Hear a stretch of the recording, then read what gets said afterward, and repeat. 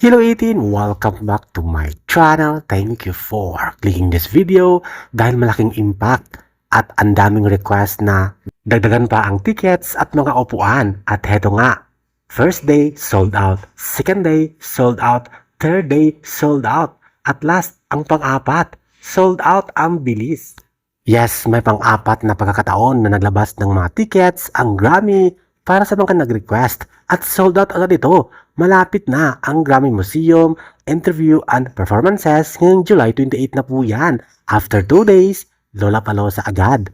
Ang capacity lamang ng Grammy Museum ay 200 katao. Subalit sa daming request, naging almost 500 seats at katao na agad ang kanilang binigay dahil sa daming request. Sabihin, super excited at looking forward ang 18, lalo na sa Amerika, ang performances at makita ng one-to-one, eye-to-eye, face-to-face ang SB19 sa gaganaping Grammy Museum, interview and performances.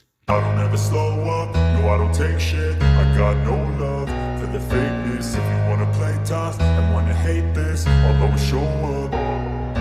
I don't ever slow up, no I don't take shit. I got no love for the fakeness. If you wanna play tough and wanna hate this, I'll always show up and make a statement. I don't ever slow up, no I don't take shit. I got no love for the fakeness. If you wanna play tough and wanna hate this, I'll always show up and make a statement. Everything I do so instinctive and so passionate. Every word I move so descriptive like an adjective. I got a vendetta against people who patented being negative when you should be getting after it.